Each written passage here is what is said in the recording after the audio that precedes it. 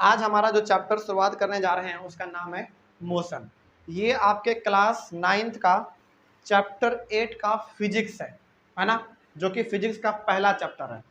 देखो क्लास 8 तक हालांकि तुम फिजिक्स पढ़े हो, है ना, फिजिक्स पढ़े हो, लेकिन क्लास 9 से फिजिक्स का जो है ना, आखिर एक्चुअल फिजिक्स क्या होता है। हालांकि फिजिक्स जो पढ़े थे ना वो बहुत ही बच्चा लेवल का था, है ना, वो बहुत ही छोटा था। लेकिन अब हम लोगों का जो स्तर होने वाला है, जो लेवल होने वाला है, वो धीरे धीरे हार्ड होने वाला है।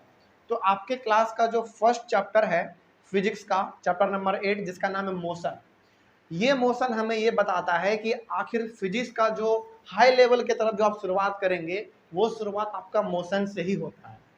मोशन एक ऐसा चैप्टर है जहां से कि आपको फिजिक्स का बेस मालूम होता है ना। इसमें हम लोग न्यूटन्स के बारे में हम लोग बहुत सुने हैं। न्यूटन्स का लॉ क्या लॉ है, हम लोग सुने हैं ना। न्यूटन्स का third law, first law, second law, आखिर क्या है। न्यूटन का सेकंड, फर्स्ट, थर्ड कोई भी लॉ हो, हम लोग मोशन में पढ़ने वाले हैं। और यहाँ से हम लोगों को यह मालूम चल जाएगा कि आखिर न्यूटन ने क्या लॉ दिया था जिसपे कि आज पूरा दुनिया कायम है ना। तो न्यूटन एक ऐसे इंसान थे, हालांकि इसके बारे में हम लोग पढ़ेंगे, लेकिन इंट्रोडक्शन में हम लोग अपना ये जान ले कि न्यूटन एक ऐसे इंसान थे जिन्होंने कहा कि यदि आपको मोशन पढ़ना है, यदि आपको मोशन समझना है, तो हम आपको 3 लॉ दे रहे हैं, इसको आप समझ जाइए तो आप पूरा जो है ना मोशन का आपका जो बेस है वो मजबूत हो जाएगा। और वो बेस आपको दिया गया है 9th क्लास में, मोशन चैप्टर में। तो हमारा मकसद ये रहेगा कि मोशन चैप्टर को हम लोग इस प्रकार से पढ़ें कि आने वाले समय में कहीं पे भी आपको मोशन मिल जाए, न्यूटन का कोई भी लॉ मिल जाए, तो हमारा जो कॉन्सेप्ट क्लियर होना चाहिए वो बिल्कुल सही और सटीक होना चाहिए। समझ में आ रहा है।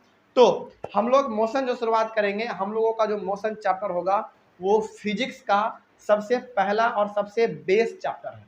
इसके बाद हमारा इसी चैप्टर में इसी बुक में आगे हमारा आएगा, अभी मोशन है, फिर force and laws of motion आएगा, फिर उसके बाद ग्रेविटेशन आएगा। ये सारा का सारा कुछ जो है ना आपस में कनेक्टेड है। जैसे हम लोग बायोलॉजी पढ़ते हैं तो बायोलॉजी में सेल, टिश्यू, रेस्पिरेटरी सिस्टम, है ना, वेस्कुलर टिश्यू, ये सब क्या आपस में कनेक्टेड रहता है। उसी प्रकार से फिजिक्स भी आपस में कनेक्टेड है। जैसे क्लास 9th का बायोलॉजी का सबसे पहला चैप्टर सेल है। क्यों है सेल?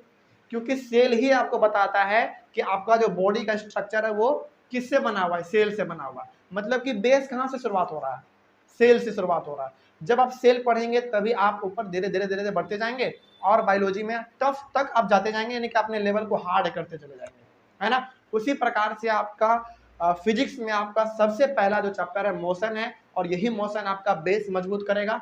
तो हम लोगों का बेस सबसे पहला जो है ना बहुत ही मजबूत होना चाहिए, क्योंकि हर एक चीज का नींव किससे टिका रहता है, किस पे, बेस पे मजबूत रहता है। तो हम लोगों का ये कोशिश रहेगा कि हम लोग जो अपना चैप्टर पढ़ेंगे मोशन, उसको हम लोग एकदम शुरू से लेकर अंत तक समझने की कोशिश करेंगे, और इसमें जितने भी टर्म हैं उसको भी हम लोग पूरी तरीके से डिटेल में डिस्कस भी करेंगे, कोई दिक्कत नहीं। और एक और बात, कहीं पे भी यदि कोई डाउट हो क्लास में, कहीं पे भी कोई डाउट हो, बिना संकोच के पूछना है, बिना संकोच के, है ना। ये नहीं समझना है कि क्लास में पूछ रहे हैं तो दूसरे बच्चे हंस जाएंगे, हंसेंगे, ये करेंगे वो करेंगे, नहीं। क्योंकि देखो ये फिजिक्स का शुरुआत है। जो आपको मालूम है फिजिक्स के बारे में वही आपके बगल वाले बैठे हुए को मालूम है, क्योंकि वो भी अभी कुछ आगे बढ़े नहीं है। हालांकि ऐसा तो नहीं है ना कि वो क्लास 9th में मोशन के बदले वो रॉकेट साइंस पढ़ लेंगे, ऐसा तो है नहीं। इसका मतलब तो ये हो गया कि आपके पास जितना नॉलेज है उतना उसके पास भी होगा, है ना। हाँ, थोड़ा सा रिवीजन करने का तरीका अलग हो सकता है उनको कॉन्सेप्ट थोड़ा सा ज़्यादा याद हो, आपको कॉन्सेप्ट कम याद हो। तो कहीं पे भी यदि कोई संकोच हो तो डायरेक्ट पूछना है ना, क्योंकि यहीं से हमारा बेस शुरुआत हो रहा है। और यदि आप आगे आईआईटी जैसे एग्जाम को, बड़े बड़े टफ एग्जाम को जब देंगे तो फिजिक्स तो कंपलसरी है। इंजीनियरिंग लाइन में या फिर नीट लाइन में यदि आप हैं तो फिजिक्स तो कंपलसरी है, लेकिन कंपलसरी आप उसको तभी बना पाएंगे जब आपका बेस मजबूत रहेगा, और वो हमारा बेस मजबूत होगा मोशन चैप्टर से, ठीक है। तो आज हम लोग अपने इस चैप्टर को शुरुआत करेंगे मोशन, ठीक है। चलो रेडी है। सबसे पहला इस चैप्टर का नाम है हमारा मोशन।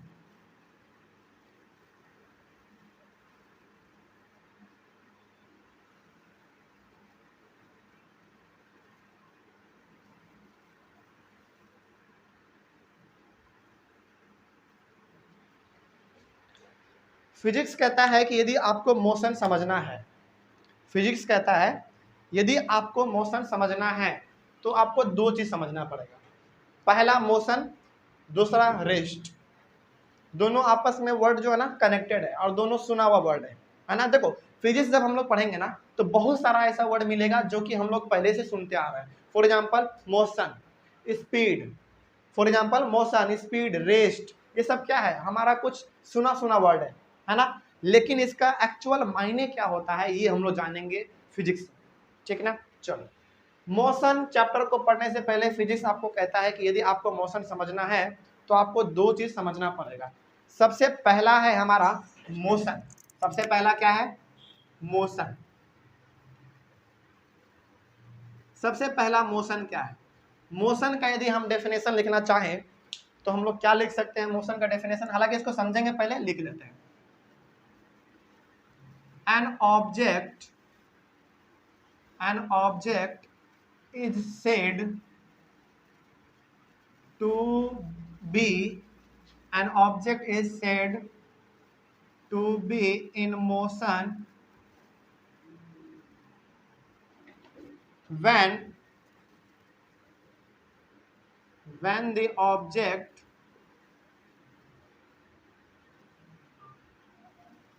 changes its position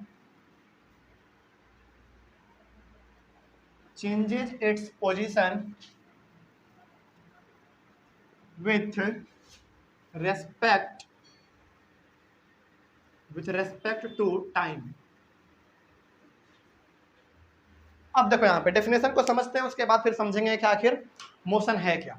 क्या लिखा हुआ है देखो तो, an object is said to be in motion when the object changes its position with respect to time. नहीं समझ में आया, कोई दिक्कत नहीं है, अभी हम लोग समझेंगे इसको। देखो यहाँ पे मान लो कि हमारे पास ये एक रोड है, फॉर एग्जांपल मान लेते हैं कि हमारे पास ये एक सड़क है जो कि बिल्कुल स्ट्रेट है, बिल्कुल स्ट्रेट है, ठीक है। और इस सड़क पर एक हमारे पास गाड़ी है, व्हीकल है, वो ये गाड़ी हो सकता है हमारा, चलो मान लेते हैं कि ये हमारा गाड़ी है, यहाँ पे एक इंसान बैठा हुआ होगा, ठीक है, और इसमें व्हील लगे हुए होंगे। देखो अब जरा ध्यान से समझना है मेरे बात को, हम लोग मोशन समझ रहे हैं, ठीक है ना। आखिर मोशन है क्या, ये हमारे पास क्या है, एक स्ट्रेट लाइन है, रोड है हमारे पास, इस रोड पे एक गाड़ी है, ठीक है। अब मान लेते हैं अभी जो ये गाड़ी है ना वो पॉइंट ए पर है, ठीक है, और जब इस पॉइंट ए पर है तो टाइम हो रहा है 10 AM, यानी कि 10 बज रहा है, ठीक है। उसके बाद थोड़ा सा और आगे बढ़ते हैं, यहाँ पे आ गया हमारा गाड़ी और यहाँ पे हमारा बज गया 11 बज गया, 11 AM, 11 AM, ठीक है। और ये गाड़ी हमारा यहाँ से हटके आ गया हमारा यहाँ पर।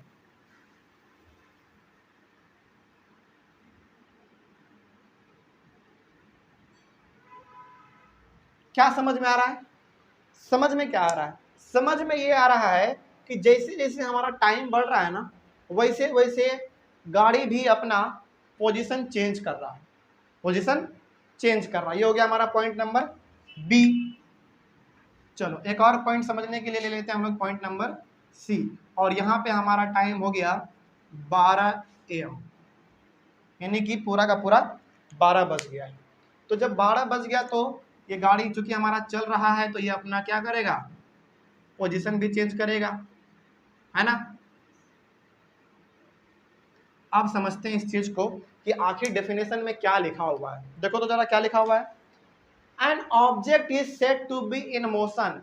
किसी ऑब्जेक्ट को हम लोग कब कहेंगे कि वो मोशन में है, तब कहेंगे जब when the object changes its position, जब वो ऑब्जेक्ट क्या करे, अपने पोजीशन को चेंज करे with respect to time, time के अनुसार वो अपने पोजीशन को क्या कर दे, चेंज कर दे। जैसे यहाँ पे देखो समय तो किसी के लिए रुकता नहीं है, तो समय अपने गति से बढ़ता रहेगा। पहले 10 बज रहा था, 11 बज गया, 12 बज गया। 10 बजे गाड़ी हमारा पॉइंट नंबर ए पर था, 11 बजे हमारा गाड़ी पॉइंट नंबर बी पर था, और 12 बजे हमारा गाड़ी चला गया पॉइंट नंबर सी पर। तो क्या ये जो हमारा ये जो गाड़ी है, क्या ये हमारा ऑब्जेक्ट है, ऑब्जेक्ट का मतलब कोई वस्तु, क्या ये कोई वस्तु है। बिल्कुल है। और ये हमारा यहाँ पे क्या है, ये हमारा ये टाइम क्या है, ये हमारा टाइम है। तो अब जरा हमको बताओ, जैसे जैसे हमारा टाइम बढ़ रहा है 10, 11, 12, क्या वैसे वैसे हमारे ऑब्जेक्ट का पोजीशन भी बदल रहा है क्या? बिल्कुल बदल रहा है। तो हम लोग कहेंगे कि ये जो ऑब्जेक्ट है ये हमारा मोशन में है। क्या है? मोशन में। फॉर एग्जांपल मान लो यदि हम अभी यहाँ पे खड़े हैं, ठीक, और घड़ी तो चल रहा होगा अपना, जैसे हम लोग अपना क्या कर रहे हैं, अपना पोजीशन को बढ़ा रहे हैं, तो सामने वाला कहेगा कि हम किस चीज में अभी हैं, मोशन में है। समझ में आ गया? तो मोशन चैप्टर यही है। तो वो हर चीज मोशन में है जो कि टाइम के अनुसार अपने पोजीशन को चेंज कर दे, वो चीज मोशन में है। फॉर एग्जांपल ये बॉटल अभी यहाँ पे है, मान लो टाइम चल रहा होगा अपना, टाइम तो बदल रहा होगा। यदि हम इसको यहाँ से उठा के इधर तरफ लेकर जा रहे हैं, इसका मतलब क्या हो गया, ये बोतल अभी मोशन में है। क्यों क्यों मोशन में है? क्योंकि समय के अनुसार ये अपने आप को भी चेंज कर रहा है, ये अपने आप के अपने पोजीशन को ये चेंज कर रहा है। समझ में आ गया मोशन अब क्या है? कहीं पे कोई डाउट नहीं ना? कहीं पे भी डाउट हो तो तुरंत पूछना है, ठीक है? तो मोशन हमारा यही है। मोशन क्या है? सबसे पहली बात तो an object is said to be in motion, तब कहेंगे कि कोई ऑब्जेक्ट मोशन में है जब वो ऑब्जेक्ट टाइम के अनुसार अपने पोजीशन को चेंज कर दे, ठीक है? बिल्कुल मोशन में है। मोशन भी अलग अलग टाइप का है। कोई मोशन हमारा सर्कुलर मोशन होता है, कोई मोशन हमारा रोटेशन मोशन होता है। ये हमारा कौन सा मोशन है? रोटेशन। बताएंगे वो सिर्फ वही बताएंगे, सारा का सारा चीज इसी में है, समझे? मोशन का टाइप भी जो है ना वो इसी में है। फैन चूंकि एक जगह पे है तो आपके मन में ये लग रहा होगा ना कि ये फैन तो मूव कर नहीं रहा है, एक ही जगह पे है, तो फिर ये मोशन में कैसे हुआ? ये मोशन का अलग टाइप है, उसमें हमको पढ़ना है, जैसे सर्कुलर मोशन, फिर से रोटेशन वाला मोशन, सारा चीज इसी में है, ठीक ना? लेकिन हाँ पहले बेस तो ले ले हम लोग, आखिर पढ़ना क्या है वो तो जान ले। तो मोशन मोटा मोटी समझ में आ गया होगा कि मोशन क्या है हमारा। अब दूसरा टर्म है हमारे पास मोशन के बाद रेस्ट। रेस्ट का मतलब क्या हुआ? एकदम शांत, कोई बदलाव नहीं। यदि अभी हम इस प्रकार से हैं, रेस्ट में हैं, कहीं पे कोई बदलाव नहीं है। समझ में आ रहा है? तो इसका डेफिनेशन हम लोग क्या लिख सकते हैं? इसके डेफिनेशन में वही चीज रहेगा, बस बदलाव कहां पे करेंगे जरा देखो यहाँ पे ध्यान से, ध्यान से। An object is said to be in rest when the object does not changes its position with respect to time। लिख देते हैं, ठीक है? चलो क्या है? an object is said to be in rest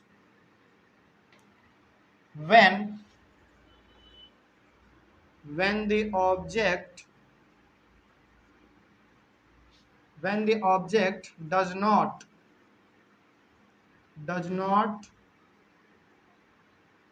changes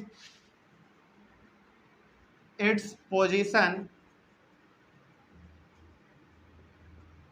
with respect to time। जो भी चीज, जो भी ऑब्जेक्ट समय के अनुसार अपने आप के पोजीशन को चेंज ना करे, हम लोग कहेंगे वो ऑब्जेक्ट रेस्ट में है। एग्जांपल समझते हैं जरा, देखो यहाँ पे वही वाला एग्जांपल लेते हैं फिर से हम लोग। ये हमारे पास एक स्ट्रेट लाइन है, यानी कि हमारा एक रोड है, ठीक है? और अभी ये पॉइंट नंबर है हमारा ए, और इस पॉइंट पे अभी जो है हमारा गाड़ी वो यहाँ पे है।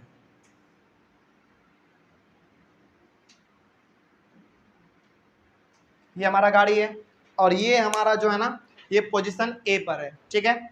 और मान लेते हैं कि यहाँ पे अभी टाइम हो रहा है हमारा, यहाँ पे 12 था, चलो मान लेते हैं कि 1 बज रहा है, 1 बज रहा है, ठीक है? चलो आगे फिर हमारा 1 के बाद 2 बज गया, आगे फिर 2 से हमारा 3 बज गया। जरा देखो तो क्या इसमें टाइम बदल रहा है? क्या टाइम बदल रहा है, लेकिन क्या ऑब्जेक्ट अपने पोजीशन को बदल रहा है? क्या नहीं बदल रहा है। वो पॉइंट ए पर था, वो पॉइंट ए पर ही है, वो अपने पोजीशन को बदल नहीं रहा है। तो हम लोग कहेंगे कि ये जो ऑब्जेक्ट है वो किस में है, रेस्ट में है। समझ में आ गया। अब इसके डेफिनेशन पे जरा गौर कर लो। An object is said to be in rest when the object does not changes its position with respect to time. Time बढ़ रहा है, टाइम अपने गति से चल रहा है, क्योंकि टाइम तो किसी के लिए रुकेगा नहीं, वो अपने समान गति से बढ़ रहा है, लेकिन ये अपने पोजीशन को बदल नहीं पा रहा है। इसीलिए हम लोग कहेंगे this object is in rest position. समझ में आ गया। कहीं पे कोई दिक्कत नहीं ना, कहीं पे भी कोई डाउट। चलो आगे बढ़ सकते हैं। आगे हमारा तीसरा पॉइंट है रेफरेंस पॉइंट। क्या है, रेफरेंस पॉइंट। दूसरा हो गया, तीसरा। ये अभी हम लोग कुछ इंपॉर्टेंट टर्म्स को पढ़ रहे हैं, इसका हमको फिजिक्स में बहुत ही ज्यादा यूज है। ये तीसरा हो गया हमारा रेफरेंस पॉइंट।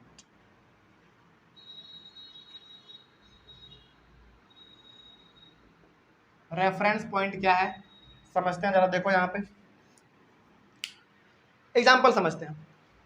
यदि मैं कहूं, यदि मान लो हम कहें कि युवराज का घर इस कोचिंग से सुनना मेरे बात को ध्यान से, रेफरेंस पॉइंट समझा रहा है। हाँ, यदि हम कहें कि युवराज का घर इस कोचिंग से 2 किलोमीटर नॉर्थ है, मतलब क्या हुआ, मतलब ये हो गया कि युवराज का जो घर है ना, कोचिंग से 2 किलोमीटर नॉर्थ के साइड में है। तो युवराज का घर हम लोग कहाँ से पता किए, कहाँ से लोकेट किए, हम कोचिंग से लोकेट किए। तो ये कोचिंग को आप ध्यान में रखें, और कोचिंग को ध्यान में रखते हुए आपने क्या कहा, कोचिंग को ध्यान में रखते हुए आपने कहा कि युवराज का घर कोचिंग से 2 किलोमीटर नॉर्थ है। तो ये जो हमारा कोचिंग हुआ ना, ये हो गया हमारा रेफरेंस पॉइंट।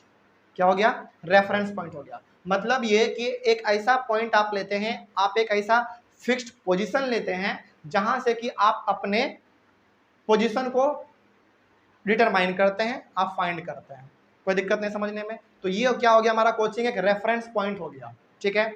अब लेकिन फिजिक्स में किसको ऐसे कैसे समझेंगे। जैसे यदि हम बोले कि ये कार अभी कहाँ पे है, क्या बता पाएंगे, नहीं बता पाएंगे।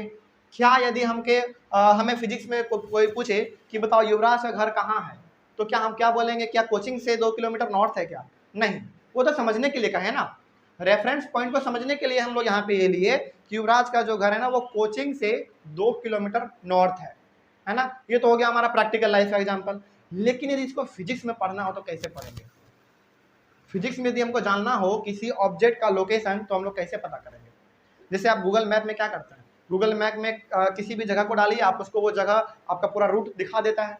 वो कैसे लोकेट कर पा रहा है ना, उसके पास वो डिवाइस है, सॉफ्टवेयर है। लेकिन फिजिक्स में कैसे मालूम करेंगे, फिजिक्स में मालूम करेंगे हम लोग कोऑर्डिनेट से। एक्स एक्सिस वाई एक्सिस पढ़े हो, ओरिजिन के बारे में पढ़े हो, इसी के बारे में है। चलो जानते हैं कि आखिर फिजिक्स में हम लोग कैसे जानेंगे। जरा देखो, क्या ये इस चीज को हम लोग जानते हैं क्या, जरा बताओ तो। क्या ये कोऑर्डिनेट ज्योमेट्री वाला कुछ लग रहा है क्या, बिल्कुल लग रहा है। तो इसको हम लोग क्या नाम देते थे, एक्स, इसको देते थे एक्स डैश, इसको देते थे वाई, और इसको देते थे वाई डैश। और यहाँ पे हमारा एक पॉइंट होता था जिसको नाम देते थे ओ, है ना। तो याद करो, यदि हमको कोई कहे, अच्छा एक और चीज, इधर हमारा क्या होता था, पॉजिटिव 1 2 3 4 5, इधर होता था हमारा नेगेटिव -1 -2 -1 -2 -3 -4। ठीक है। उसी प्रकार से हमारा नीचे में भी होता था -1 -2 -3 -4, ऊपर में 1 2 3 4। ये तो हम लोग जानते हैं, है ना। लेकिन यदि कोई कहे कि बताओ हमको 4 और 3, इस पॉइंट को जरा लोकेट करके बताओ तो कैसे लोकेट करेंगे। पहला हमारा पॉइंट क्या होता है, एक्स वाला होता है। तो एक्स पे हमें कितने स्टेप चलने हैं, 4 स्टेप चलने हैं। तो 1 2 3 4, ठीक है, यहाँ पे चले गए। उसके बाद क्या कह रहा है, उसके बाद कह रहा है कि 3 स्टेप चलिए किस पे, वाई पे, क्योंकि हमारा वाई वाला होता था। तो 1 2 3 यानी कि यहाँ से लेकर इसके सीधे में जो एक हमारा पॉइंट होगा, ये पॉइंट का हो गया हमारा एक्चुअल पोजीशन। समझ में आ रहा है क्या कह रहे हैं? ये हमारे पास पॉइंट था, इसको हम लोग लोकेट कर दिए तो हमको मालूम चल गया कि ये जो है ना इसका एक्चुअल पोजीशन है, एक्चुअल पोजीशन है। उसी प्रकार से यदि हम कहें फिजिक्स के हिसाब से कि बताओ युवराज का घर कहाँ है, तो हम लोग क्या करेंगे, X coordinate plus Y coordinate दोनों चाहिए हमें। क्या चाहिए? दोनों चाहिए। समझ में आ रहा है बात? तो उसी प्रकार से हम लोग फिजिक्स में क्या करते हैं, अपने किसी भी पोजीशन के लोकेशन को हम लोग पता कैसे करते हैं, एक्स कोऑर्डिनेट और वाई कोऑर्डिनेट के हिसाब से। तो चलो मान लो यहाँ पे कोई एक स्कूल है, फॉर एग्जांपल मान लेते हैं हम लोग यहाँ पे कोई एक स्कूल है, यहाँ पे क्या है, एक कोई स्कूल है, और यदि हमको फिजिक्स कहे कि बेटा बताओ इस स्कूल का लोकेशन क्या है, तो क्या हम राजवंशी नगर बोलेंगे, पुनाचक बोलेंगे? नहीं। फिजिक्स को क्या मालूम पुनाचक क्या है, राजवंशी नगर क्या है? उसको तो मालूम है कि कोऑर्डिनेट ज्योमेट्री होता है कुछ, है ना। तो यदि यहाँ पे एक स्कूल है और यदि फिजिक्स आपको बोले कि बताओ इस स्कूल का लोकेशन क्या है, तो हम लोग कैसे बताएंगे? तो पहले हम लोगों को चलना पड़ेगा एक्स कोऑर्डिनेट पे, उसके बाद फिर जाना पड़ेगा वाई कोऑर्डिनेट पे। जरा देखो तो एक्स कोऑर्डिनेट में यदि हम लोग 1 2 3 4 5 पे जाते हैं तो ये 5 के आसपास है, 5 के आसपास है। उसके बाद ऊपर में देखो तो 4 के आसपास है। तो इस कोऑर्डिनेट का इस पॉइंट का हमारा क्या नाम हो जाएगा, 5,4। ये हो गया इसका एक्चुअल पोजीशन। तो फिजिक्स में हम लोग जिस भी लोकेशन को फाइंड करेंगे वो हम लोग कोऑर्डिनेट ज्योमेट्री के हिसाब से ही फाइंड करेंगे, ठीक ना। लेकिन अभी भी कंफ्यूजन होगा। क्या कंफ्यूजन होगा? लिखा हुआ था यहाँ पे रेफरेंस पॉइंट, रेफरेंस पॉइंट तो बताए ही नहीं। रेफरेंस पॉइंट वो पॉइंट होता है जिसको आप ध्यान में रख के हमेशा आगे बढ़ते हैं। आप हमेशा यहाँ पे किस पॉइंट को ध्यान में रख के आगे बढ़ते हैं? किस पॉइंट को? जीरो को। यही तो हमारा जीरो क्या है, रेफरेंस पॉइंट है। यदि हमको माइनस में जाना हो तो जीरो को ध्यान में रखेंगे, प्लस में जाना हो तो जीरो को ध्यान में रखेंगे। इसी को ध्यान में रखते हुए ना हम लोग अपने पोजीशन को लोकेट करते हैं। तो ये वाला पॉइंट हमारा कहलाता है रेफरेंस पॉइंट, रेफरेंस पॉइंट, और इसी को हम लोग कहते हैं ओरिजिन। क्या कहते हैं इसको? ओरिजिन। समझ में आ गया बात? तो अभी जो हम लोग एग्जांपल लिए थे युवराज के घर वाला, कि युवराज का घर कोचिंग से 2 किलोमीटर नॉर्थ है। तो ये जो कोचिंग था वो क्या था, हमारा रेफरेंस पॉइंट था, यानी कि ओरिजिन था। इसी को हम लोग ध्यान में रखें और मालूम कर लिए कि युवराज का घर जो है कोचिंग से 2 किलोमीटर नॉर्थ है। तो यही हो गया हमारा रेफरेंस पॉइंट, और इसी को हम लोग कहते हैं ओरिजिन।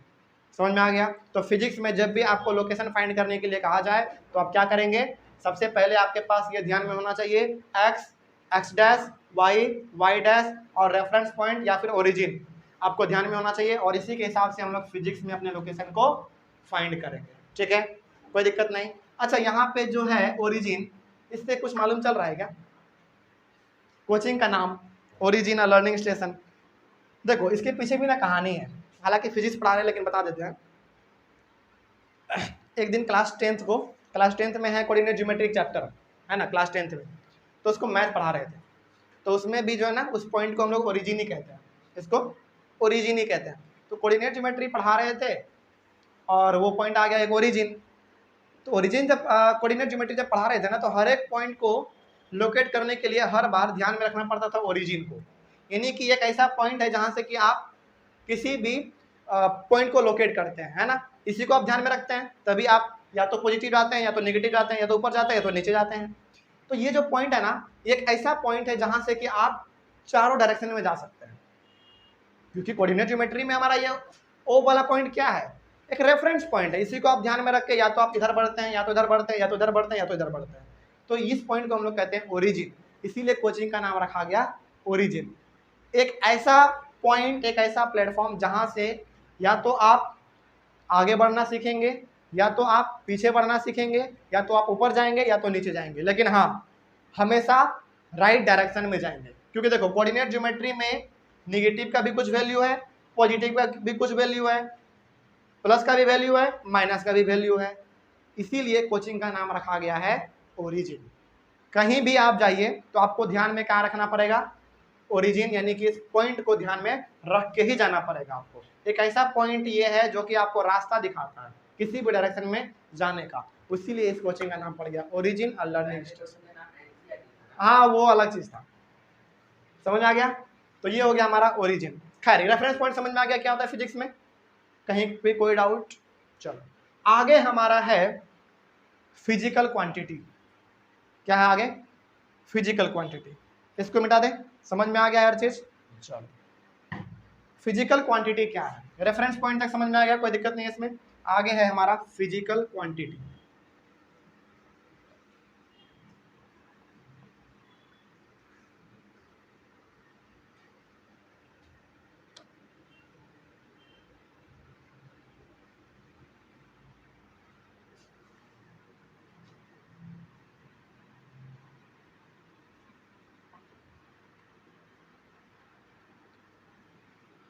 तीन हो गया और हमारा ये है चौथा, physical quantity.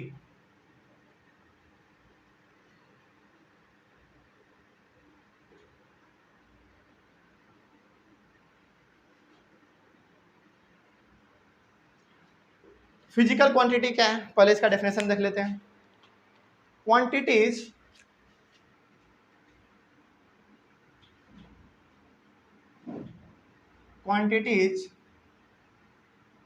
which can be measured। एक ऐसा क्वांटिटी, एक ऐसा वैल्यू जिसको कि हम लोग मेजर कर सकते हैं, उसको नाप सकते हैं। इसका मतलब क्या हुआ, इसके बारे में कुछ और चीजें हैं जिसको कि पहले हम लोग जान लेते हैं। For example the numerical value, the numerical value of a physical quantity, the numerical value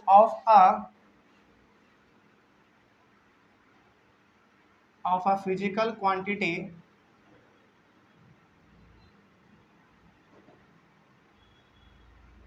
the numerical value of a physical quantity is called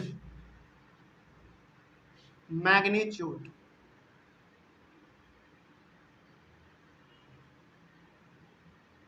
ये क्या है अभी हम लोग समझेंगे इसको, है ना। चलो उसके बाद फिर physical quantity is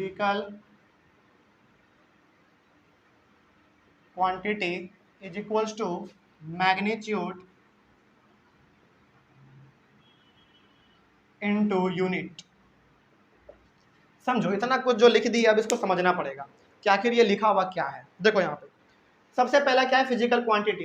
quantities which can be measured, एक ऐसा वैल्यू जिसे कि हम लोग मेजर कर सकते हैं, यानी कि नाप सकते हैं, है ना। उसके बाद फिर क्या लिखा हुआ देखो तो, the numerical value of physical quantity is called magnitude.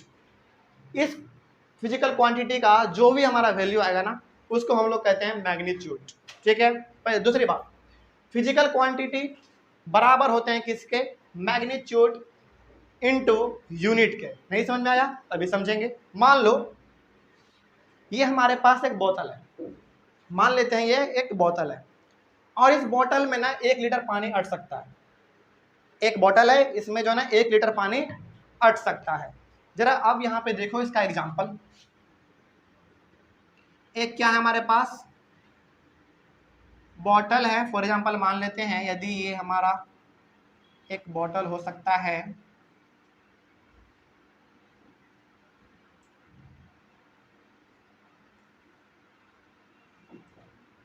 ये हमारा क्या है, एक बॉटल कह लो, मग कह लो, जग कह लो, जो भी कहना है इसको कह लो। ठीक है, तो ये हमारे पास एक ये बोतल हो गया, और इस बोतल का जो जब हम लोग इसको नाप रहे हैं ना, तो ये आ रहा है 1 kg। जरा समझना मेरे बात को ध्यान से। जब इसको नापा गया, तौला गया वेट मशीन पे, तो इसका वजन निकला 1 kg। ठीक है ना, 1 kg। तो इसमें जो न्यूमेरिकल वैल्यू दिख रहा है, न्यूमेरिकल वैल्यू इसमें क्या दिख रहा है जरा बताओ हमको। 1 दिख रहा है, 1 दिख रहा है। इसी 1 को हम लोग कहते हैं, देखो यहाँ पे क्या लिखा हुआ है, the numerical value of a physical quantity is called magnitude. तो ये जो न्यूमेरिकल वैल्यू 1 दिख रहा है इसी को हम लोग कहते हैं मैग्नीट्यूड। दूसरा चीज यहां पे केजी दिख रहा होगा। केजी क्या है? यूनिट है। केजी क्या? एक यूनिट है। जैसे केजी हमारा एक यूनिट है, मीटर एक यूनिट है ना, सेकेंड एक यूनिट है हमारा, जूल एक यूनिट है। अब किसका किसका यूनिट है अभी हम लोग जानेंगे, ठीक है। तो यहाँ पे जो 1 केजी देख रहे हो ये एक हमारा हो गया न्यूमेरिकल वैल्यू, कोई नंबर में दिया हुआ है तो न्यूमेरिकल वैल्यू होगा जिसको हम लोग कहेंगे मैग्नीट्यूड। और यहाँ पे जो केजी दिया हुआ है इसको हम लोग कहते हैं यूनिट। इसको क्या कहेंगे? यूनिट कहेंगे। तो अब जरा देखो यहाँ पे क्या लिखा हुआ है, physical quantity is equal to magnitude into unit. तो क्या यहाँ पे आपको मैग्नीट्यूड भी दिख रहा है, यूनिट भी दिख रहा है? This is known as physical quantity.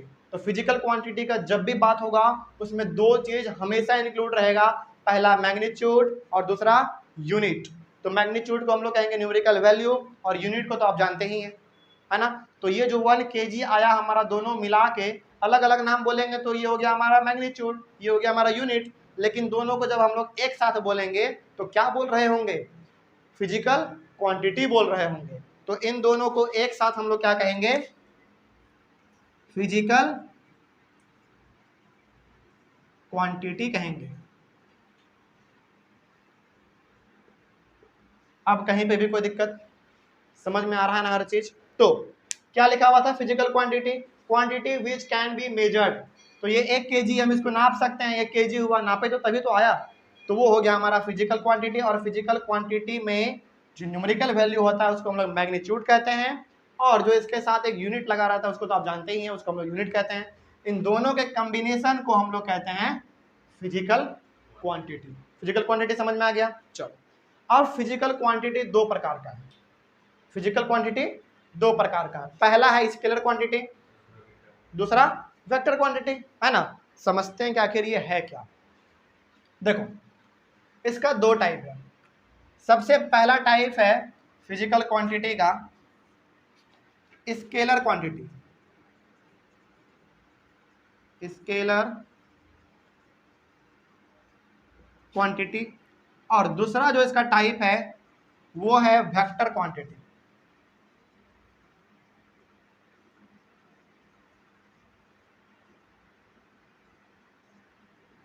समझते हैं ये क्या है स्केलर क्वांटिटी और वेक्टर क्वांटिटी। देखो यहाँ पे स्केलर क्वांटिटी एक ऐसा क्वांटिटी है जिसमें कि केवल और केवल आपको मैग्नीट्यूड और यूनिट देखने को मिलेगा। क्या मिलेगा? स्केलर क्वांटिटी हमारा एक ऐसा क्वांटिटी है, एक ऐसा फिजिकल क्वांटिटी का टाइप है जिसमें कि आपको केवल और केवल मैग्नीट्यूड और यूनिट देखने को मिलेगा, ठीक है। तो इसमें हम लोग लिख सकते हैं it has only magnitude and unit. हाँ, फिजिकल क्वांटिटी है ये फिजिकल क्वांटिटी का एग्जांपल था, ये फिजिकल क्वांटिटी का ही एग्जांपल था। लेकिन फिजिकल क्वांटिटी हमारा 2 प्रकार का होता है, एक स्केलर दूसरा वेक्टर। इसका भी एग्जांपल हम लोग समझेंगे। ये तो छोटा सा केवल फिजिकल क्वांटिटी को समझने के लिए एग्जांपल था। अब इसके दोनों टाइप को समझेंगे हम लोग, है ना। तो it has only magnitude and unit. तो क्या ये वाला एग्जांपल हमारा स्केलर में आ सकता है क्या? बिल्कुल आ सकता है, बिल्कुल आ सकता है ना। अच्छा जरा बताओ हमको, ये जो हम लोग 1 केजी यहाँ पे फिजिकल क्वांटिटी निकाले हैं ये क्या निकाले हैं इस बोतल का? जरा बताओ तो हमको। नहीं, मास। क्या निकाले हैं? मास निकाले। अभी मास और वेट में भी फर्क बताएंगे, टेंशन नहीं लो। हर कुछ इस चैप्टर में है, जो तुम नहीं सोचे होगे ना ये भी इस चैप्टर में है, ठीक है ना। तो ये जो हम लोग निकाले थे ये हम लोग फिजिकल क्वांटिटी में निकाले थे, इसका मास निकाले थे। और मास का यूनिट क्या होता है? केजी होता है। समझ में आ गया? तो अब जरा बताओ ये जो हम लोग यहाँ पे निकाले थे वो हमारा किस कैटेगरी में आएगा? स्केलर क्वांटिटी में आएगा। क्यों? क्योंकि स्केलर क्वांटिटी में ही लिखा हुआ है इसके पास केवल और केवल मैग्नीट्यूड और यूनिट ही रहेगा। तो ये जो एग्जांपल हमारा था वो हो जाएगा हमारा स्केलर क्वांटिटी का एग्जांपल हो जाएगा। हालांकि और एग्जांपल समझेंगे हम लोग, अब वेक्टर क्वांटिटी का क्या होगा? वेक्टर क्वांटिटी का हो जाएगा इट हैज मैग्नीट्यूड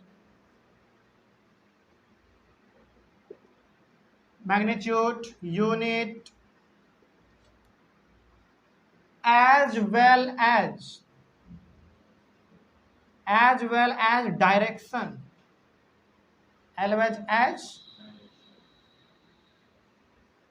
डायरेक्शन। देखो यहाँ पे दोनों में फर्क क्या है?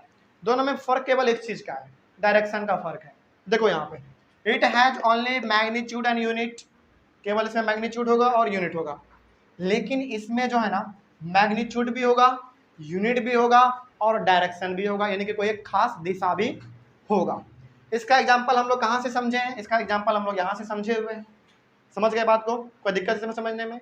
और इसका एग्जांपल कोई हमको एक बताओ, इसका एग्जांपल क्या हो सकता है जिसमें कि मैग्नीट्यूड भी हो, यूनिट भी हो और डायरेक्शन भी हो? इसका एग्जांपल क्या होगा जरा बताओ हमको? फोर्स। इसका एग्जांपल फोर्स। देखो यहाँ पे पहला हो गया इसका एग्जांपल फोर्स। दूसरा क्या हो सकता है? वेलोसिटी। तीसरा क्या हो सकता है? एक्सीलरेशन। क्या हो सकता है?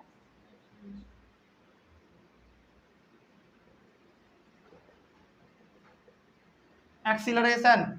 और क्या हो सकता है? वेट। और क्या हो सकता है? वेट। अच्छा, लग रहा होगा ना कि वेट में डायरेक्शन कहाँ होता है? लग रहा होगा ना वेट में डायरेक्शन कहाँ होता है? समझेंगे समझेंगे, हर चीज इसमें है ना। और क्या हो सकता है इसका? इसका हो सकता है मोमेंटम। मोमेंटम। और क्या हो सकता है जरा बताओ, एक दो और एग्जांपल बताओ हमको, और बताओ। डिस्प्लेसमेंट।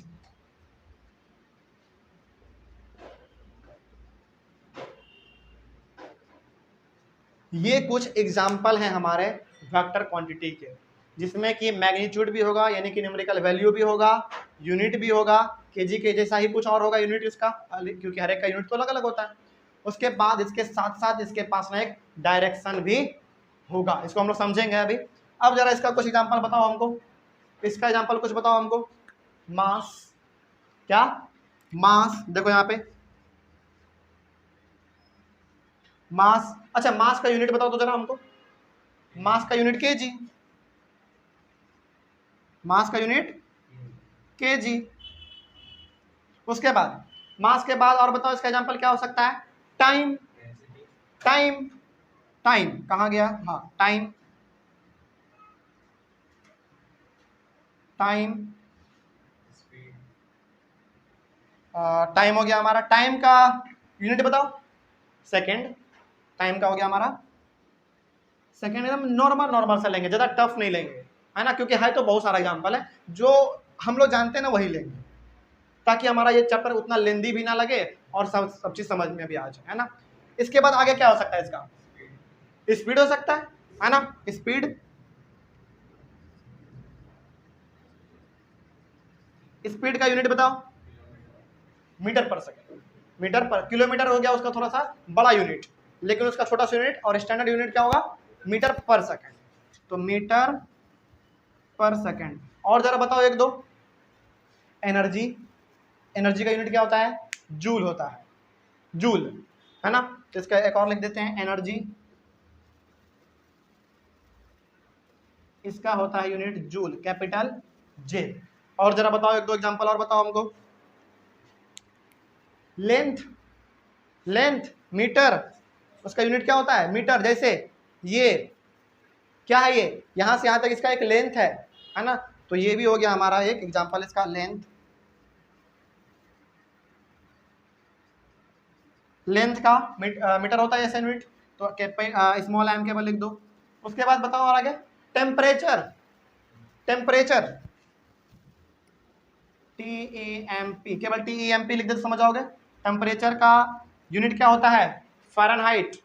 क्या होता है? फ़ारेनहाइट। हाँ, इस कंफ्यूजन में मत रहना कि उसका जो है ऐसा यूनिट डिग्री सेल्सियस होता है, नहीं, उसका ऐसा यूनिट होता है हमारा फ़ारेनहाइट। तो कैपिटल F होता है इसका। समझ गए? कोई भी दिक्कत इसमें समझने में अब जल्दी बोलो। चलो एक और इसका एग्जांपल, खास एग्जांपल हो सकता है इसका डिस्टेंस।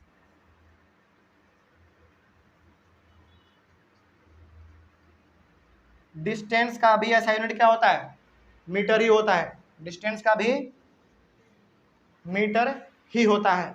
अब जरा देखो यहाँ पे ध्यान से, हमारे पास फिजिकल क्वांटिटी था। फिजिकल क्वांटिटी एक ऐसा क्वांटिटी जिसको कि हम लोग मेजर कर सकते हैं, है ना। इसका क्या था, हमारा जो न्यूमेरिकल वैल्यू होता है उसको हम लोग मैग्नीट्यूड कहते हैं, और यूनिट तो आप लोग जानते ही हैं, है ना। ये दो कैटेगरी में हमारा बटा हुआ है, पहला स्केलर क्वांटिटी, दूसरा वेक्टर क्वांटिटी। स्केलर क्वांटिटी ऐसा फिजिकल क्वांटिटी का टाइप है जिसमें कि आपको केवल और केवल मैग्नीट्यूड और यूनिट ही देखने को मिलेगा। जैसे जैसे कुछ चीज यहाँ पे है जो कि हम लोग पहले से जानते हैं, और जो चीज नहीं जानते हैं उसके बारे में अभी हम लोग जानेंगे, ठीक है। कंफ्यूजन होगा तो उसको हम लोग अभी क्लियर करेंगे। सबसे पहले मास, सबसे पहले मास। मास का मतलब क्या होता है? अच्छा कोई हमको बताओ, मास और वेट में डिफरेंस क्या है? मास और वेट में डिफरेंस क्या है, जरा बताओ हमको कोई। मास और वेट में डिफरेंस क्या है, जरा बताओ।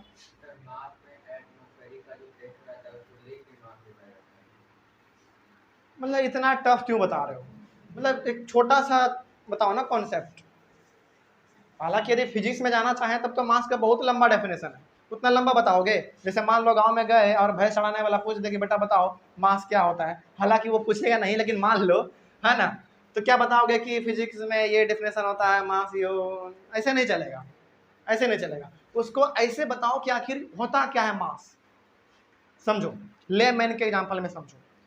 यदि आपसे कोई पूछे कि बेटा बताओ मास क्या होता है, तो किसी भी चीज का मास हमारा वो होता है जो कि उसके अंदर ऑलरेडी प्रेजेंट है, ऑलरेडी प्रेजेंट है। जैसे मान लो हमारे बॉडी में क्या है, बोन है, मसल्स है, सेल्स है, नर्व है, रेस्पिरेटरी सिस्टम है, बहुत सारा कुछ है, बहुत सारा कुछ है ना। तो ये जो हमारे बॉडी में अंदर जो प्रेजेंट है इसको हम लोग कहते हैं मास। क्या मास हमारा कभी भी बदल सकता है क्या? हमारा मास कभी भी बदल नहीं सकता है। जैसे मान लो यदि हम आज पृथ्वी पर हैं, यदि हम चंद्रमा पे जाएंगे तो क्या मेरा एक हाथ गायब हो जाएगा? कभी नहीं गायब होगा। क्यों नहीं होगा? क्योंकि हमारे बॉडी से अटैच है और ये हमारा मास है, ये हमसे अलग नहीं हो सकता है। आप मार्स पे चले जाइए, मून पे चले जाइए, कहीं भी चले जाइए, आपके अंदर जो मास है ना वो रहेगा। आपके अंदर हड्डी है, हड्डी रहेगा, वो गायब नहीं हो जाएगा। ये हमारा मास है। तो मास आपके बॉडी के अंदर वो सारा कुछ है जो कि कभी भी अकॉर्डिंग टू प्लेस चेंज नहीं हो सकता है। समझ में आ गया? आपके बॉडी में ऑर्गन है, ऑर्गन रहेगा हमेशा, चाहे आप कहीं भी चले जाइए। लेकिन वेट एक ऐसा चीज है ना जो कि अकॉर्डिंग टू प्लेस बदल सकता है। जैसे यदि आप अभी पृथ्वी पर हैं और यदि आप चंद्रमा पे जाएंगे तो आपका वेट कम हो जाएगा। ये क्या हुआ? आपके बॉडी में जो मास था वो तो सेम रहेगा, वो बिल्कुल सेम रहेगा। हाँ यही तो समझना है, कम क्यों हो जाता है यही तो समझना है। इसके बारे में अभी थोड़ा सा जानकारी दे देते हैं, लेकिन इसका डिटेल स्टडी हम लोगों को ग्रेविटेशन चैप्टर में करना है, जो कि आपका फिजिक्स का 3rd चैप्टर है, ठीक है। तो आखिर ऐसा होता क्यों है, वेट जो है ना वो चेंज क्यों हो जाता है? ये चेंज होता है ड्यू टू ग्रेविटेशनल फोर्स। पृथ्वी पे ग्रेविटेशनल फोर्स बहुत ही ज्यादा है, बहुत ही ज्यादा है, जिसके कारण हम लोग कुछ भी चीज उछालते हैं नीचे ही गिरता है। क्यों गिरता है नीचे? क्योंकि एक चुंबक जैसा हमारे पृथ्वी के नीचे है जो कि इस चीज को खींच रहा है ना। हाँ चंद्रमा पर भी ये चीज है, लेकिन पृथ्वी के मुकाबले बहुत ही कम है। फॉर एग्जाम्पल मान लीजिए, मानना क्या ये हकीकत भी है, यदि आपका यदि धरती पे आपका वेट 60 है, तो यदि आप चंद्रमा पे जाएंगे तो इसका 60/6 हो जाता है, यानी कि 6 गुना जो है ना आपका वेट कम हो जाता है। ये हकीकत है। तो आपका कितना हो जाएगा जरा देख लो, 3 हो जाएगा। इसीलिए आदमी जो है ना वहां पे क्या हो जाता है, उड़ने लगता है। क्यों उड़ने लगता है? क्योंकि वहां का ग्रेविटेशनल फोर्स बहुत ही कम है, इतना कम है कि वो एक इंसान को अपनी ओर खींच नहीं सकता है, इसीलिए वो उड़ता रहता है। तो अब यदि कहीं पे कोई पूछ दे कि मास और वेट में क्या डिफरेंस है बता दोगे, कहीं पे भी कोई दिक्कत होगा तो मास क्या है हमारा? मास हमारे बॉडी का वो चीज है जो कि कभी भी चेंज नहीं हो सकता है अकॉर्डिंग टू प्लेस, लेकिन वेट एक ऐसा चीज है जो कि अकॉर्डिंग टू प्लेस हमारा चेंज हो सकता है। जैसे अभी हम लोग यहाँ पे लिए 60 kg वाला, इसको डिवाइड करेंगे 6 से तो मून पे आपका जो है ना 10 रहेगा आपका। लेकिन आप दोबारा जब आएंगे पृथ्वी पर तो इसी में आपका 6 से मल्टीप्लाई हो जाएगा और आप 60 हो जाएंगे। समझ गए बात को? इसीलिए जब इंसान मून पे जाता है तो वो उड़ने लगता है और जब दोबारा आता है तो वो चुपचाप अस्थिर हो जाता है। क्यों अस्थिर हो जाता है? क्योंकि यहाँ पे ग्रेविटेशनल फोर्स लागू हो जाता है, वहाँ पे नहीं हो पाता है इतना, इसीलिए वो फ्लोट करता है, यहाँ पे फ्लोट नहीं कर पाता है। समझ गए ना बात? तो इसी प्रकार हमारा मास क्या हो गया, मास का ऐसा यूनिट है हमारा केजी, है ना। कभी भी इस कंफ्यूजन में मत रहना कि वेट का भी केजी होगा, नहीं, वेट का अलग चीज है, वेट अलग चीज है, उसको भी हम लोग जानेंगे, है ना। चलो, तो मास हमारा क्या हो गया, मास हमारा है एक स्केलर क्वांटिटी जिसमें कि केवल और केवल मैग्नीट्यूड है और यूनिट है। उसके बाद जान लो टाइम, टाइम में कोई दिशा है क्या? टाइम में कोई दिशा नहीं है, वो भी एक मैग्नीट्यूड है और उसमें भी यूनिट है, वो भी हमारा एक स्केलर क्वांटिटी है। उसके बाद है स्पीड। हाँ, स्पीड के बारे में तुमको लग रहा होगा अभी कि यदि कोई चीज़ स्पीड से बढ़ रहा है तो उसमें मैग्नीट्यूड भी है, यूनिट भी है, कोई एक खास दिशा में जा रहा है तो डायरेक्शन भी है, लेकिन ये गलत है। स्पीड में डायरेक्शन नहीं है, डिफाइन किया हुआ नहीं है। ये आपको अभी उठपटांग लग रहा होगा, लेकिन जब हम लोग इस चैप्टर में थोड़ा सा आगे बढ़ेंगे ना, जब स्पीड और वेलोसिटी, एक्सीलरेशन ये सब जब पढ़ेंगे तब हमको मालूम चलेगा कि वाकई में स्पीड जो है वो एक स्केलर क्वांटिटी ही है। ठीक ना। आगे बढ़ते हैं, फिर क्या है, एनर्जी। एनर्जी है हमारा, इसको इसका यूनिट है जूल। हम लोग आगे भी पढ़ेंगे वर्क, एनर्जी एंड पावर, उसमें जान लेंगे हम लोग। अभी फिलहाल ये मान के चलो कि एनर्जी भी जो है हमारा एक स्केलर क्वांटिटी ही है।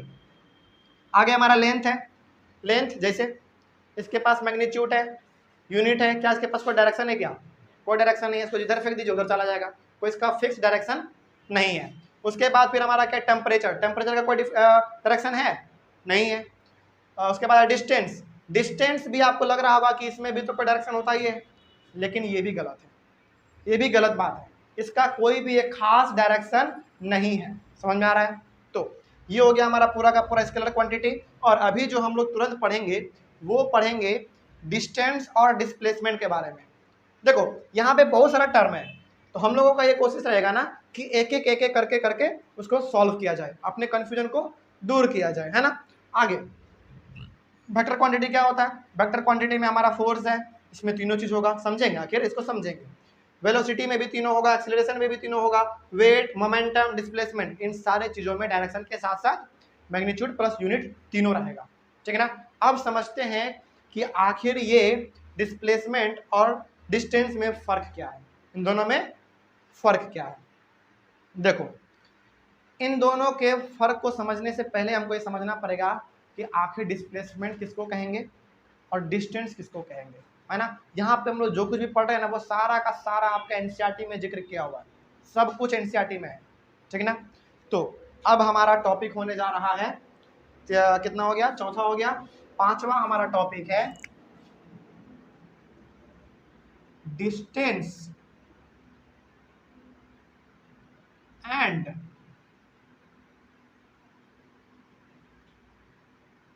डिस्प्लेसमेंट। डिस्टेंस एंड डिस्प्लेसमेंट क्या है, समझते हैं जरा इसको। देखो, एक एग्जांपल लेते हैं सबसे पहले हम लोग, ताकि हमारा जो है ना कॉन्सेप्ट अच्छी तरीके से क्लियर हो पाए। ठीक है ना। देखो, ये है हमारा, मान लो ये हमारा है स्कूल। चलो सपोज करो कि ये हमारा क्या है, स्कूल है, ये हो गया हमारा स्कूल। ठीक है।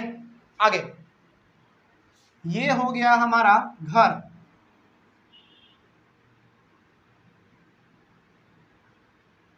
ये हो गया हमारा घर यानी कि होम। ठीक है। देखो, स्कूल से जब भी छुट्टी होता है तो आप सबसे पहले कहाँ जाना चाहेंगे? घर जाना चाहेंगे। हाँ, वो अलग बात है कि यदि बीच में गोलगप्पा मिल रहा है तो गोलगप्पा खा लिए, आइस गोला मिल रहा है तो आइस गोला खा लिए, है ना। फिर थोड़ा सा बाहर भी घूमने की इधर उधर, मतलब कि घूम फिर कर घर पहुँचते हैं, है ना। हालांकि हर किसी का ऐसा नहीं होता है, बहुत सारे बच्चे ऐसे भी होते हैं जो चुपचाप घर जाते हैं और बहुत सारे ऐसे भी होते हैं जो कि घूम फिर के घर जाते हैं। लेकिन यदि देखा जाए तो पहले एक ऐसे स्टूडेंट का एग्जांपल लेते हैं जो कि थोड़ा सा घर जो है ना घूम फिर के जाना चाहता है, थोड़ा सा उधर गए बर्गर खा लिए, फिर कोल्ड ड्रिंक मिल रहा था वो भी पी लिए, है ना, एक दोस्त मिल गया उससे आधा घंटा बतिया लिए। ये सब क्या है? आप स्कूल से छुट्टी हुआ, आपको घर जाना चाहिए था, लेकिन आप क्या किए, अलग अलग रास्ते पे घूमते गए, आपको अलग अलग चीज मिलता गया, आप इंजॉय करते चले गए और आप घर पहुंच गए। यही ना हुआ? तो देखो यहाँ से आप स्कूल से निकले, आप क्या किए, इस प्रकार से घूमते फिरते कुछ खाते पीते इस प्रकार से बहुत सारे गली को होते होते आप अपने घर पे पहुंच गए, फाइनली, है ना। तो क्या ये आपका एक्चुअल पोजीशन है, मतलब कि एक एक्चुअल आपका पाथ है क्या? ये आपका एक्चुअल पाथ ये नहीं है। आपका एक्चुअल पाथ क्या हो सकता था? स्कूल से निकले चुपचाप घर जाएं, और आज चूंकि आप घर जा रहे हैं तो आपके मन में क्या होगा, एक ऐसा रास्ता हो जो कि बहुत ही शॉर्टकट हो, तुरंत घर पहुंच जाए, है ना। तो उसको समझने से पहले हम लोग थोड़ा सा और कुछ चीज़ों को समझ लेते हैं। जैसे चूंकि ये हम लोगों का स्कूल है और हम लोग यहाँ पे शुरुआत कर रहे हैं, तो इसको हम लोग कहते हैं इनिशियल पोजीशन, और ये हमारा घर है, हमको वहां पे पहुंचना है, तो ये हो गया हमारा फाइनल पोजीशन। ठीक है, ये हो गया हमारा फाइनल पोजीशन।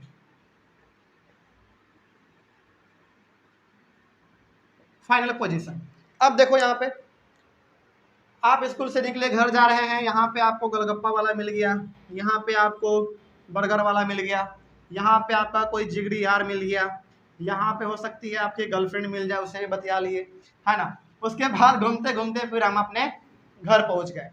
तो यहाँ से जो आप अपने घर पहुंचे, मान लो कि इसका जो पूरा डिस्टेंस है ना, मान लो 5 किलोमीटर। कितना है? 5 किलोमीटर। हालांकि डिस्टेंस का ऐसा यूनिट क्या होता है, मीटर होता है, लेकिन ये किलोमीटर है, थोड़ा सा बड़ा यूनिट ले लिए हम लोग, है ना। तो यहां से पहुंचने में आपको घर लग गया कितना, 5 किलोमीटर लग गया। लेकिन यदि आप एक आज्ञाकारी बच्चा हैं, यदि आप अपने मम्मी पापा के बात को मानते हैं, टीचर के बात को मानते हैं कि बेटा स्कूल से छुट्टी हो तो चुपचाप घर आना है, कहीं भटकना नहीं है, तो आप क्या करेंगे, चुपचाप आप अपने घर की तरफ बढ़ जाएंगे, है ना। और आपका घर का रास्ता मान लीजिए स्कूल से यहाँ से शुरुआत होता है और आपके घर तक ये रास्ता सीधा जाता है, मान लो, है ना। समझ रहे बात क्या कह रहे हैं? एक एक्चुअल रास्ता जो होना चाहिए आपके घर से स्कूल तक के बीच में, वो ये रास्ता है, ठीक है ना। और लेकिन आप चूंकि घूम फिर के जा रहे हैं, तो ये हो गया हमारा 5 किलोमीटर। और ये बिल्कुल स्वाभाविक सी बात है कि चूंकि आप इतना नहीं घूमेंगे, आप डायरेक्ट स्कूल से घर जाएंगे, तो उसमें तो आपको कम टाइम लगेगा, प्लस उसका डिस्टेंस भी कम होगा ना। तो मान लेते हैं कि इसका जो डिस्टेंस है, फॉर एग्जाम्पल इसका डिस्टेंस मान लेते हैं 2 ही किलोमीटर है। क्या है? 2 ही किलोमीटर है। तो अब समझना मेरे बात को, इसी डायग्राम से हम अभी तुरंत समझ लेंगे डिस्प्लेसमेंट और डिस्टेंस, तुरंत समझ लेंगे। आप जो पूरा का पूरा एक लंबा सा रास्ता फॉलो किए हैं, ये हो गया हमारा डिस्टेंस। ये क्या हो गया हमारा? डिस्टेंस। समझ में आ रहा है क्या कह रहे हैं? आपको घर जाना चाहिए था यहाँ से यहाँ, लेकिन आप गए नहीं। आप क्या कर गए, यहाँ से गए, पूरा एकदम घूम फिर के गए, एकदम पूरे के पूरे डिस्टेंस को आपने कवर किया। ये हो गया हमारा डिस्टेंस, इसी को हम लोग कहेंगे, ये हो गया हमारा डिस्टेंस। और डिस्टेंस का ऐसा यूनिट आपको मालूम है, मीटर होता है। चूंकि हम लोग यहाँ पे किलोमीटर इसलिए लिखे हुए हैं क्योंकि वो थोड़ा सा बड़ा यूनिट हमारा लगता है। तो ये हो गया हमारा डिस्टेंस। लेकिन अब चूंकि आप आज्ञाकारी बच्चे हैं, तो आप यहाँ से निकल के यहाँ चले गए एकदम शॉर्टकट रास्ते से, बहुत ही कम समय में चल गए, मतलब कि बहुत ही शॉर्टेस्ट रास्ता है ये। तो ये जो आप शॉर्टकट लिए है ना, इसी को हम लोग कहते हैं डिस्प्लेसमेंट। क्या कहते हैं इसको? डिस्प्लेसमेंट। और इसको हम लोग क्या कहते हैं? डिस्टेंस। दोनों का ऐसा यूनिट मीटर ही होता है, दोनों का। इसका भी मीटर ही होता है और इसका भी मीटर ही होता है। बस फर्क क्या है? फर्क है दूरी का। इसमें आपको ज़्यादा ट्रैवल करना पड़ता है और इसमें कम से कम आपको ट्रैवल करना पड़ता है, आप कम समय में अपने घर पहुंच जाते हैं, इसमें भी कोई दिक्कत। तो अब जरा हमको बताओ कि ये जो डिस्टेंस है हमारा, ये डिस्टेंस कौन सा क्वांटिटी है, स्केलर क्वांटिटी है।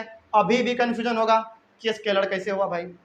अब समझते हैं कि आखिर ये स्केलर हुआ कैसे। देखो, चूंकि ये स्केलर है तो इसमें केवल मैग्नीट्यूड होगा और इसमें यूनिट होगा, डायरेक्शन नहीं होगा। लेकिन यहाँ पे लग रहा होगा ना कि ये तो डायरेक्शन ही तो है, ये डायरेक्शन ही तो है, लेकिन ये डायरेक्शन है लेकिन ये फिक्स्ड डायरेक्शन नहीं है। कभी आपको यहाँ से यहाँ आना पड़ रहा है, फिर ऐसे मुड़ जाना पड़ रहा है, फिर ऐसे ऐसे होते होते आपको घर पहुंचना पड़ रहा है। तो क्या ये फिक्स्ड डायरेक्शन है क्या?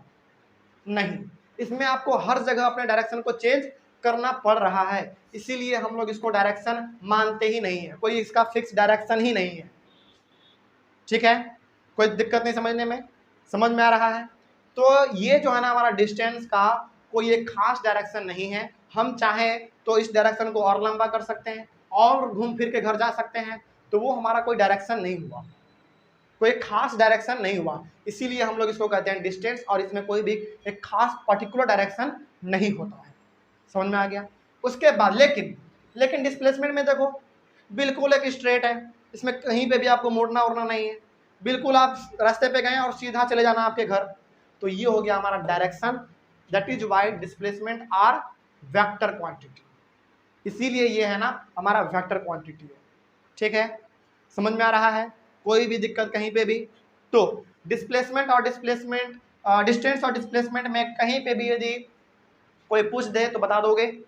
सबसे पहले क्या बताना है कि डिस्टेंस जो होता है हमारा वो एक्चुअल लेंथ होता है। ठीक है, और वो कोई एक खास डायरेक्शन नहीं है, उसको हम जितना लंबा करना चाहे उतना लंबा कर सकते हैं, जितना छोटा करना चाहे उतना कर सकते हैं। इसीलिए इसका कोई एक स्पेसिफाइड एक पूरा एकदम स्पेसिफाइड डायरेक्शन नहीं है। इसीलिए इसको हम लोग डायरेक्शन के कैटेगरी में नहीं रखते हैं, यानी कि स्केलर के कैटेगरी में ही इसको रखते हैं, वेक्टर के कैटेगरी में इसको नहीं रखते हैं। लेकिन इसमें हमारे पास डायरेक्शन है, इसमें हमारे पास डायरेक्शन है। क्यों है डायरेक्शन? क्योंकि एकदम बिल्कुल लंबा सा रास्ता है, सीधा सा रास्ता है, इसीलिए हो गया हमारा डिस्प्लेसमेंट, और इसमें डायरेक्शन भी है, इसीलिए हम लोग इसको वेक्टर क्वांटिटी में रखते हैं। कोई दिक्कत अब समझने में? चलो अब थोड़ा सा इसका हम लोग कुछ डेफिनेशन लिख लेते हैं। इधर वाला समझ में आ गया, वेक्टर और स्केलर। चलो इसको इरेज करते हैं और इसके डेफिनेशन को समझते हैं कि आखिर ये क्या है।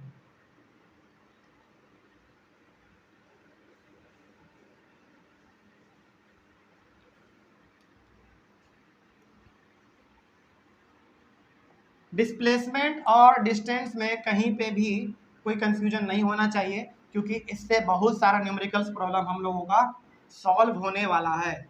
इसीलिए यदि कहीं पे भी दिक्कत है तो अभी पूछ लिया जाए, कंफ्यूजन को दूर कर लिया जाए।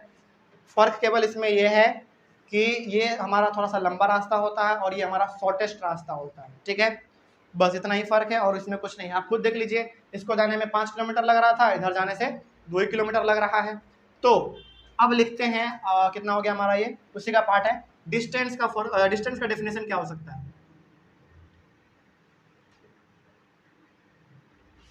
डिस्टेंस का डेफिनेशन है the actual length of path is known as distance. The actual length of path is known as distance. The actual length of path is known as distance। और इसका SI यूनिट क्या होता है भाई? SI unit is metre, short में small m। ठीक है, और ये हमारा होता क्या है? It is a scalar quantity. कोई दिक्कत? चलो डिस्टेंस समझ गए। अब समझते हैं कि आखिर, अच्छा यहाँ पे क्या लिखा हुआ देखो, the actual length of path is known as distance. ये जो हमारा एक्चुअल पाथ दिख रहा है ना, जिधर से आप घूम घूम के जाएंगे, वो हो गया हमारा एक्चुअल पाथ, वही हमारा कहलाएगा लेंथ, और वही कहला जाएगा हमारा डिस्टेंस। नहीं, वो एक्चुअल नहीं है, वो शॉर्टेस्ट है, वो शॉर्टेस्ट है, उसके डेफिनेशन में ही छुपा हुआ है डिस्प्लेसमेंट के। हाँ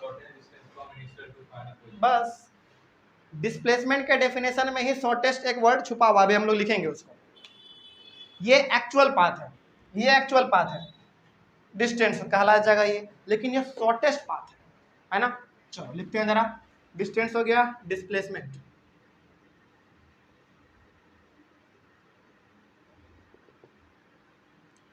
this shortest distance measured, the shortest distance measured from a initial to the final position of an object are known as displacement। ठीक है, क्या डेफिनेशन है? देखो डेफिनेशन कहीं बुक से नहीं रटना है, डायग्राम को देख लो, डेफिनेशन अपने तैयार हो जाएगा अपने आप, है ना। तो the shortest distance measured from a initial to initial कौन सा हमारा, जहां से शुरुआत किए थे, to initial to a final position of an object are known as displacement। देख लो, the shortest distance measured from a initial to a final position of an object। the shortest distance, यहां से यहाँ क्या है, सबसे छोटा ही तो है ना, ये शॉर्टकट हमारा रास्ता है, और शॉर्टकट को ही हम लोग कह देते हैं डिस्प्लेसमेंट। ठीक ना, चलो आगे बढ़ते हैं फिर। ये हमारा, अच्छा इसका ऐसा यूनिट क्या होता है, इसका ऐसा यूनिट और डिस्टेंस का ऐसा यूनिट दोनों का सेम होता है, मीटर, है ना। तो SI unit is metre, small m से डिनोट करेंगे, और ये हमारा क्या है, it is a vector quantity, because क्योंकि इसके पास एक डायरेक्शन, स्पेसिफाइड डायरेक्शन है, हमको मालूम है कि सीधा तो सीधा, समझ में आ गया ना, ये हमको मालूम है, शॉर्टेस्ट होना चाहिए प्लस एकदम बिल्कुल सीधा होना चाहिए, शॉर्टकट रास्ता होना चाहिए, कहीं पे भी मुड़ाव उड़ाव नहीं आना चाहिए। तो it is a vector quantity,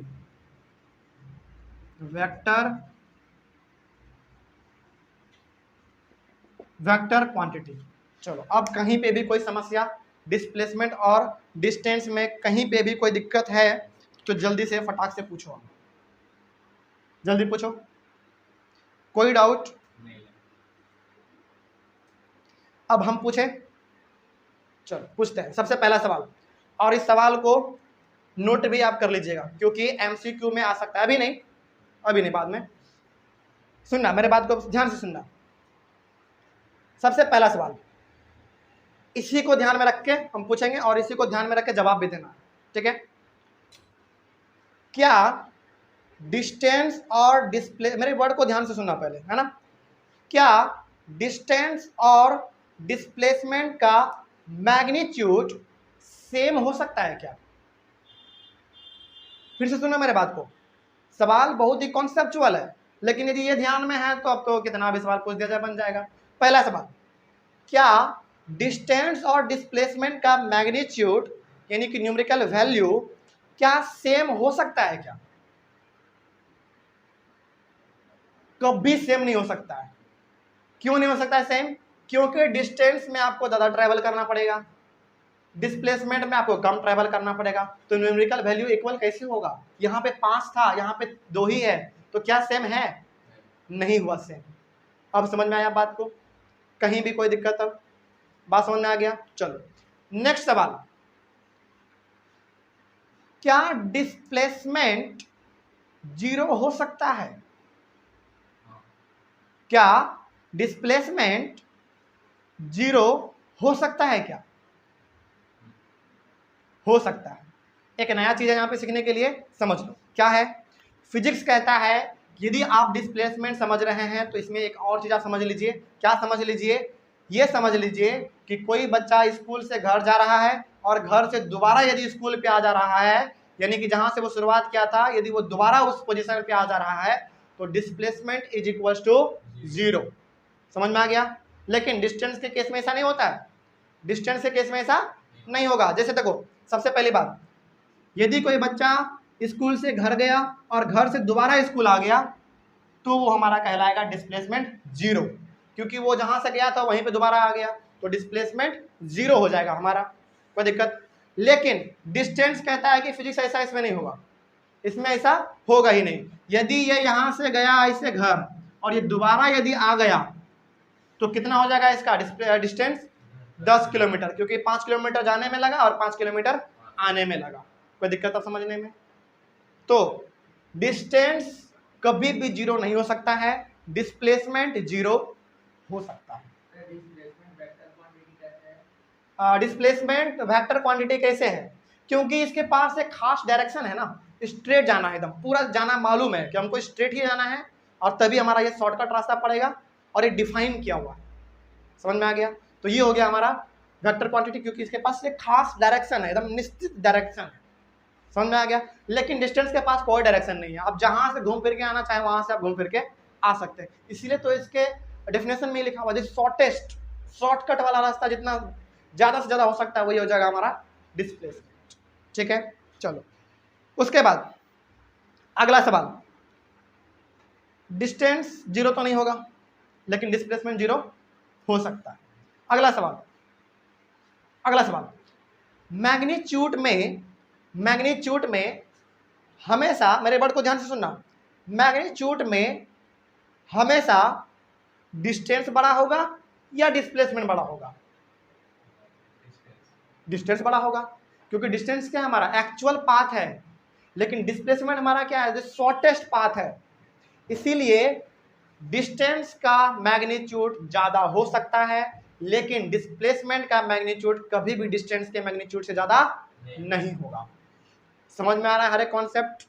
कहीं पे भी कोई डाउट है तो यहां तक में यदि कोई भी किसी प्रकार का सवाल पूछ दे तो हम लोगों को बता देना है। समझ में आ गया है? कहीं पे भी कोई दिक्कत नहीं। तो जो मशहूर सवाल हमारा इसमें बन सकता है वो ये बन सकता है कि डिस्टेंस और डिस्प्लेसमेंट वेक्टर और स्केलर कैसे हैं, पहला ये बन सकता है। दूसरा ये बन सकता है कि इन दोनों का ऐसा यूनिट क्या हो सकता है। तीसरा ये सवाल बन सकता है कि डिस्प्लेसमेंट 0 हो सकता है लेकिन डिस्टेंस 0 नहीं हो सकता है। क्यों नहीं हो सकता है? क्योंकि ये एक एक्चुअल पाथ है जो कि हमको पूरा फॉलो करके घर जाना पड़ेगा। यदि आप और आगे जाना चाहें तो जा सकते हैं, कम करना चाहें तो कर सकते हैं, लेकिन ये एक शॉर्टेस्ट डिस्टेंस है, इसीलिए हो जाएगा हमारा। तो डिस्प्लेसमेंट 0 हो सकता है, 0 नहीं हो सकता है। ठीक है, आगे सवाल बन सकता है चौथा सवाल ये कि क्या इन दोनों का मैग्नीट्यूड सेम हो सकता है? क्या नहीं हो सकता है। Distance is always greater than displacement. समझ में आ गया? कहीं पे भी कोई डाउट? चलो, यदि कोई डाउट नहीं है तो आज का क्लास हम लोग यहीं पे ओवर करेंगे और आने वाले क्लास में हम लोगों के पास और भी बहुत सारे टर्म्स हैं, है ना। स्पीड है, वेलोसिटी है, एक्सीलरेशन है, मोमेंटम है, फिर से न्यूटन का थर्ड लॉ है, बहुत कुछ है हम लोगों को पढ़ने के लिए। आज का क्लास यहीं पे ओवर किया जाए। चलो, आज का क्लास हम लोग यहीं पे ओवर करेंगे, तब तक के लिए रिवाइज कीजिए, है ना। Thank you very much.